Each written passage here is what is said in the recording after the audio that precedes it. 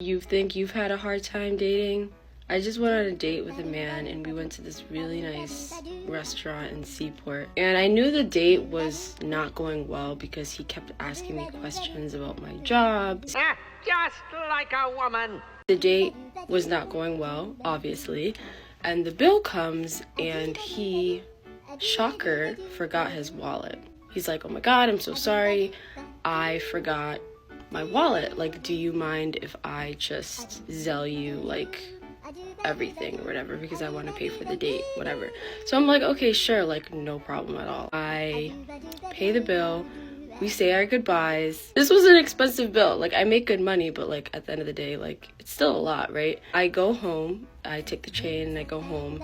And this dude unmatched me. Just like a woman.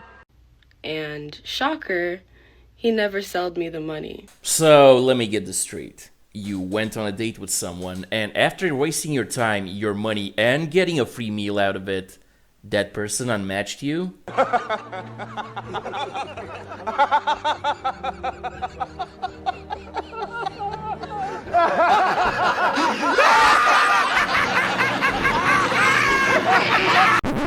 Well, congratulations, sweetie. You just became a man. So I thought that I can tolerate feminine men or men who don't take as much care about women's safety and are protective as friends or, or not as, provider type.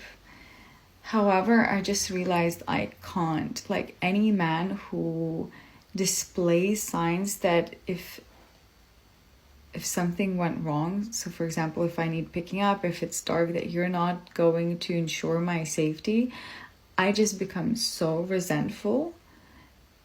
So I can't look at you anymore. Like, it's your duty as a man. Oh wait, you serious? Let me laugh even harder. Sweetie, in the age of strong and independent women, a man's protection is not a duty. It's a privilege you must earn. And I don't give out privileges for free. So, if you're not providing me with exceptional bedroom activities, you can ensure your own protection. Bye, Felicia.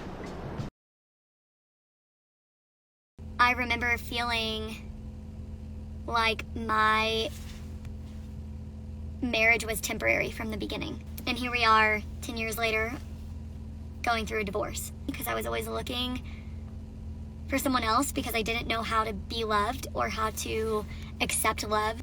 I left the good guy. I left the guy that everybody looks at and is like, that's a dad, that's a husband, that's how it's supposed to be. He did the dishes, he cleaned the house, he took the kids to school, he worked all day, he made good money, he supported us. So I'm here to tell you, it's okay to leave the good guy. Let's be clear. You can be the good guy and win, but you have to appreciate and value the woman that you're with. You can't just be the good guy.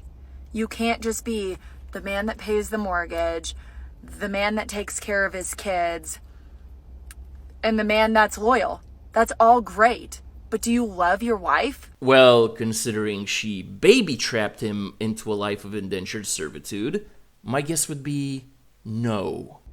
Do you date your wife?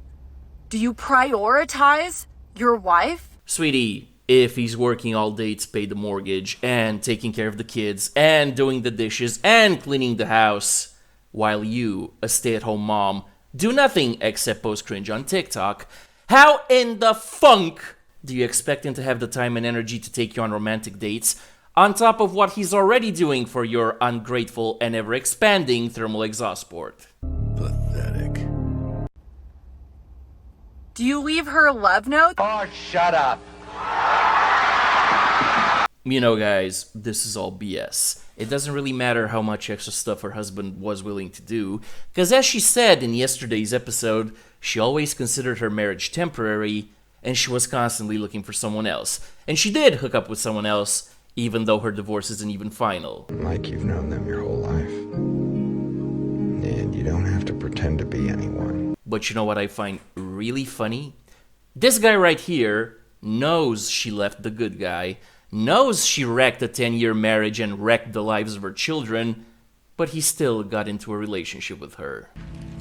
If you think this has a happy ending, you haven't been paying attention. Travis Kelce has single-handedly ruined dating for me. Don't get me wrong, I love him and Taylor. I love it for her, I love it for him, I cannot get enough of them. But I'm a 30-year-old single woman. The dating scene was already very bleak. Now I've seen Travis Kelce, 6'5" NFL player Travis Kelce, publicly pursue Taylor Swift. I've seen him treat her like an actual princess, sliding her security out of the way so he can open her car door, holding her hand everywhere they go. I've seen this man get visible heart eyes every time he says her name. He blushes anytime someone mentions her. Sam! So I've watched all this unfold and now I'm just supposed to go date these dusty-ass hinge men? Thanks, but I don't want it. I can no longer accept anything less than Travis Kelce energy. Sweetie, listen. If you want men to treat you like Taylor Swift, you need to ask yourself 2 questions. Question 1, are you a famous multi-millionaire pop star like Taylor Swift? Nope. Question 2, do you look like Taylor Swift? No! No! No! By the way, sweetie, Taylor Swift is mid, which means the Dusties on Hinge are out of your league and above your pay grade. And that's the bottom line, 'cause Stone Cold said so.